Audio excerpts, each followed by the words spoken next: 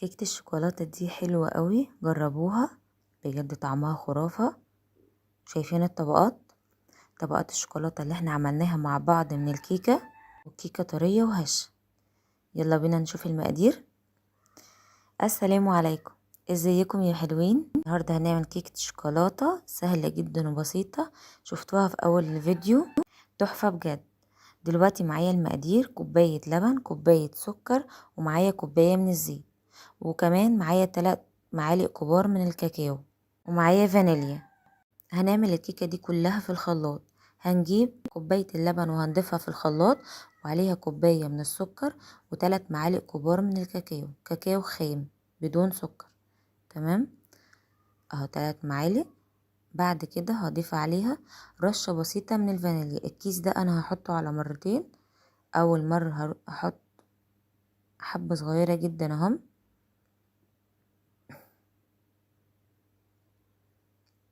تمام، بس يطعمولي الشوكولاتة، لان طبعا هوريكي بعد كده انا هعمل بيها ايه. كوباية الزيت دي بقى هضيفها والخلاط شغال. تمام، انا بعديها ضربته والخلاط شغال، فتحت الغطا بتاع غطا الخلاط وضفت الزيت حبة بحبة علشان القوام يتقل معايا بالشكل ده. هنجيب بقى كوباية وهحط فيها شوية من الشوكولاتة اللي احنا عملناها دي، وبعد كده هشيلها في التلاجة. تمام، الكوباية دي هشيلها في التلاجة. باقي الخليط اللي معايا في الخلاط هضيف عليه 2 بيضة. تمام، دي اول بيضة، تاني بيضة اهي. وكمان هضيف باقي كيس الفانيليا اللي انا حطيت منه رشة بسيطة على المكونات في الاول. تمام اهو، بعد ما ضفت خلاص باقي الكيس هضربه بقى ضربة اخيرة، المكونات اللي احنا حطيناها في الاول مع البيض. وبعد كده هجيب كوباية ونص من الدقيق، كوباية ونص من الدقيق، وباكو بيكنج باودر. تمام، يبقى الدقيق ده معياره كوباية ونص.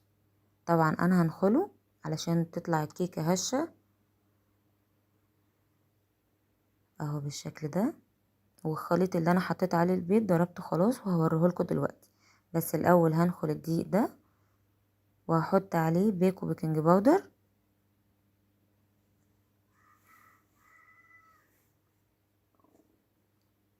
بالشكل ده كده. تمام، هنخله طبعا علشان لو في اي تكتلات ما تظهرش معايا في الكيكة ويدوب كويس معايا. تمام كده، الكيكة دي حلوة قوي، ممكن تعمليها في العيد للضيوف طبعا اللي هيجوا. بجد طعمها جميل جدا، انا دايما بعملها فقلت اوريها لكم.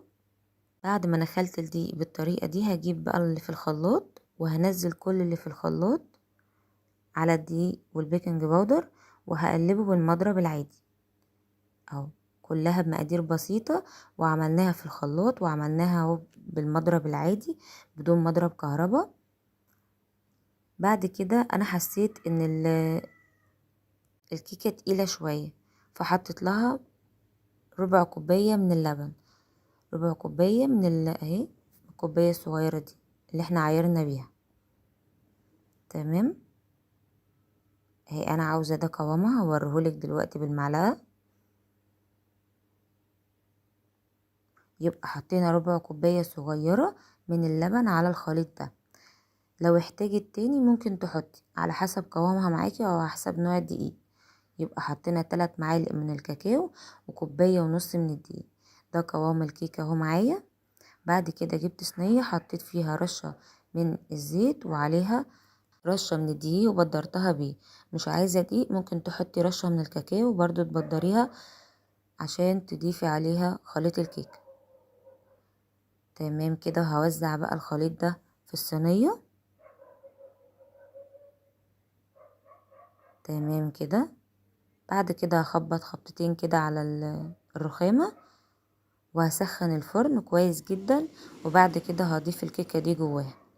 تمام، ده شكلها النهائي اهو. بعد كده هنعمل بقى ربع كوباية من المية على معلقة كبيرة من الكاكاو. تمام، يبقى ربع كوباية مية على معلقة كبيرة من الكاكاو. ما تكتريش مية، لازم الكاكاو يبقى تقيل، عشان هوريكي هعمل ايه بالخليط ده دلوقتي. تمام. خلاص انا قعدت اقلب فيه لغاية ما وصل للقوام ده اهو. شايفة شكله؟ هو اتقل من كده شوية كمان. بعد كده هجيب كوباية من الكريم شانتيه وعليها كوباية من المية المثلجة. لازم المية تكون متلجة، او ممكن تستبدلي المية بكوباية لبن متلجة، يا لبن يا مية المتوفر عندك اعمليه. تمام. بودرة الكريمة دي محلى، يعني فيها سكر، مش محتاجة ان انا احط لها سكر، هي جاهزة. تمام. حطيت عليها بس كوباية من المية المثلجة. لو حطيتي مية عادية باردة، يعني من الحنفية عادية، بلاش، عشان خاطر الكريمة تمسك معاكي زي ما هتشوفيها دلوقتي. انا هديها ضربة كده وهوريكي هتوصل للقوام ده. ده بعد ما ضربناها كده بس في الاول دقيقة كده، وبعد كده وصلت للقوام ده معايا اللي انت هتشوفيه دلوقتي. وكده خلاص بقت جاهزة اهو. لما تعمل بوز كده اهو زي بوز البطة كده، تعرف ان هي كده خلاص بقت تمام. هنجيب بقى الخليط بتاع الكاكاو ده هنضيفه، مش هنضيف كتير قوي، يعني هو بس حاجة بسيطة اهو زي ما انت شايفة اهو. بعد كده هنديها ضربة، وكده خلاص خليط الكريمة بقى جاهز معايا، وبقى كريمة بالشوكولاتة.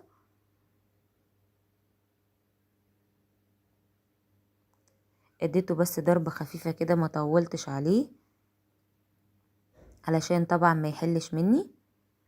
وبعد كده خليته في التلاجة عقبال ما الكيكة استوت طبعا وطلعت. كان هو دنه في التلاجة شوية وجمد ومسك نفسه. تمام. شايفة كده خلاص انا مش هضرب فيه تاني، هو كده بقى جاهز معايا خلاص. بعد كده الكيكة اول ما طلعت بردتها تماما خلاص، ما عادتش سخنة ولا اي حاجة، انا حطيت ايدي عليها اهو. هنجيب بقى نص كوباية من اللبن اللي هي المج اللي انا كنت ماسكاه، او كوباية صغيرة من الكوباية اللي انا ماسكاها دي اللي هي بتاعة القهوة. يبقى كوباية القهوة هتحطي كوباية لبن. تمام.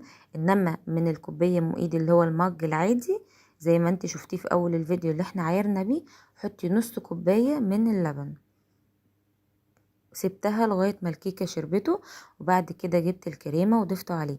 الكيكة باردة يا جماعة مش سخنة، علشان ما تخليش اللبن اللي احنا ضفناه عليه يطر الكيكة خالص وتبقى عجينة وتبقى مشكلة. تمام. يبقى الكيكة باردة واللبن كمان بارد، اللبن ساقع. بعد ما الكيكة شربت اللبن رحت ضيفاله الكريمة بالشكل ده كده ووزعتها عليه. تمام كده اهي، شايفين شكلها. بعد كده حطيتها في التلاجة شوية لمدة نص ساعة. وبعد النص ساعة جبت الكوباية الشوكولاتة اللي احنا كنا عينينها في التلاجة في اول الفيديو، حطيت بس عليها معلقة لبن عشان خاطر بس تحل كده معايا بالشكل ده، عشان اقدر افردها في الصينية. تمام. ما ضفتش عليها اي اضافات، يا دوبك عليها معلقة او معلقتين بالكتير قوي، بس حذاري عشان خاطر ما تخفش منك قوي. يا دوبك بس معلقة لبن عشان خاطر اقدر افردها في الصينية بالشكل ده. يبقى احنا عملنا شوكولاتة على وش الكيكة من الكيكة نفسها، وما ضفناش اي حاجة خارجية. تعتبر كيكة اقتصادية بجد حلوة قوي، طعمها في منتهى الجمال. بحب اعملها دايما، سريعة وما بتاخدش وقت. مكوناتها اكيد موجودة في البيت، شوية بيض وفانيليا وكريمة، حاجات كلها موجودة في التلاجة وعندكم الخير كله طبعا. بس كده بعد ما فردت الشوكولاتة سبتها كمان نص ساعة، او هتسيبيها بقى لغاية ما هتقدميها لضيوفك. وكل سنة وانتوا طيبين. ما تنسونيش بقى في اللايك والاشتراك علشان يوصلك اي فيديو جديد انزله. هقطعها معاكم بالشكل ده وهوريكم شكلها من جوه وشكل الطبقات، عشان لما تعملوها تدعولي دعوة حلوة، ودي احسن حاجة طبعا. وما تنسونيش بقى في اللايك وانك تحطوا اشتراك وتفعلوا لي الجرس علشان يوصلكوا اي فيديو جديد انزله. اهي شايفين شكلها، وكمان الكيكة طرية جدا اهي، بجد طعمها في منتهى الجمال، خطيرة، طعمها قنبلة ذرية، حلوة قوي. اعمليها لضيوفك، وكمان الكيكة طرية زي ما قلتلك. ما تنسينيش بقى في السبسكرايب وانك تفعلي الجرس. هتوحشوني جدا. مع السلامة.